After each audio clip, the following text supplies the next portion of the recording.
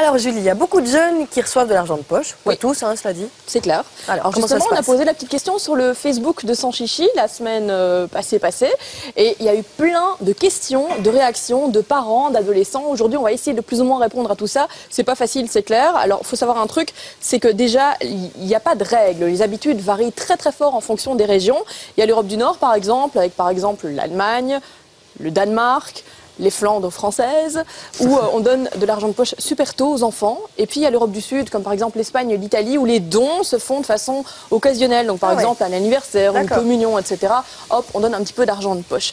Sinon, il faut savoir que pour les chiffres, c'était très très dur. On a dû faire des moyennes en fonction de ce que nos téléspectateurs ont donné justement comme information et de ce qu'on sait des chiffres officiels. Et on a les vrais chiffres.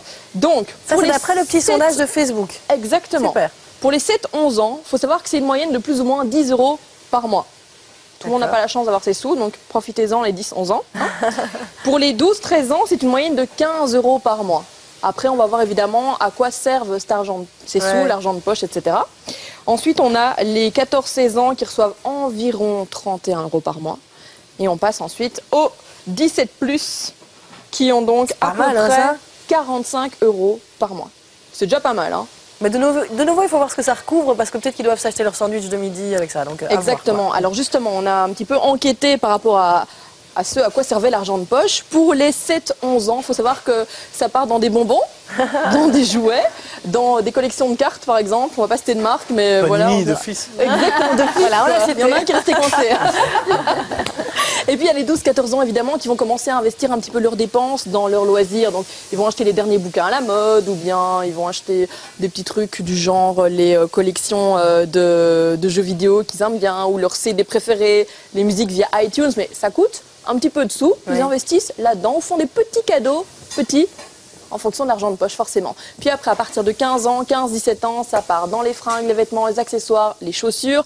GSM étant hyper à la mode, si tu veux être swag, tu as un smartphone, donc tu dois recharger ton téléphone, évidemment. Donc ils commencent aussi à mettre des sous là-dedans, ou pour s'acheter les gadgets comme les lecteurs MP3, pour pas citer de marque. Voilà, ils commencent à mettre un petit peu de sous là-dedans. Alors ce qui est très comique, c'est que dans les adolescents, on a regardé un petit peu en fonction de notre sondage, c'est qu'il y a 3 types d'adolescents. Il y a les paradins, qui vont dépenser les sous qu'ils reçoivent, donc dans tout ce qu'on vient de dire. Il y a les radins, donc ceux qui sont malins, qui vont économiser, mettre les sous dans le cochon, la tirelire. En fait, c'est malin, c'est pas spécialement péjoratif, quoi. Tout à fait, c'est malin, justement. Alors, ils mettent les sous sur le compte en banque aussi. Pour les plus jeunes, c'est un gros phénomène en ce moment. Ils sont très... Ils thésaurisent, quoi. Tout à fait. Je peux les comprendre avec ce qu'ils entendent à la téloche tous les jours. Crise, c'est clair. Et bon, il y a les malins aussi, hein, qui font genre, oui, maman, je prends mon argent de poche pour aller me prendre mon sandwich à midi. En fait, avec les tartines de la maison, on se fait le pique-nique de midi et on met les sous de côté. Ah, d'accord. Voilà. Donc, il y a les petits chanceux aussi, qui reçoivent pas forcément d'argent de poche, qui font, maman, je veux un cheval. Non, maman, j'ai besoin de quelque chose. Et en général, il y a quelques parents qui donnent les sous pour les besoins. C'est vrai que dans les témoignages Facebook, on a vu qu'il y avait certains parents qui s'exprimaient de cette manière-là. C'est chaque fois un peu étonnant. Je pense qu'on a tout à gagner à faire comme ça, en fait. Si j'ai un plan à vous donner... Sérieux? Bah moi, je sais pas, j'avais demandé d'avoir plein de thunes et de tout gérer, quoi. Mes fringues, ma bouffe, machin et tout. Et en fait, je m'y retrouvais jamais. C'est pas facile, hein. C'est vrai. Alors, une grosse question qui est arrivée aussi sur le Facebook de Sans Chichi, c'est à quel moment, combien de fois par semaine, par mois, par an, est-ce qu'on doit donner des sous? Chez les plus jeunes, en dessous de 12 ans, en général, c'est une petite somme, une fois par semaine.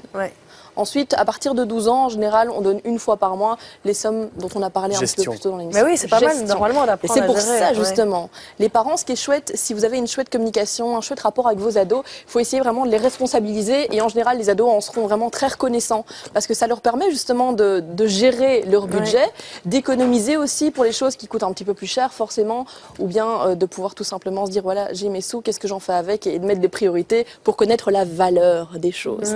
Très comique aussi. Quand vous aviez acheté un truc étant ado, vous en preniez plus soin aussi. Ah ouais, fond, complètement. Donc finalement, c'est pas plus mal, et pour les ados et pour les parents, de s'acheter eux-mêmes des trucs via l'argent de poche, quitte à attendre un petit peu, être patient, de se dire voilà, t'as ton iPod dont tu rêvais.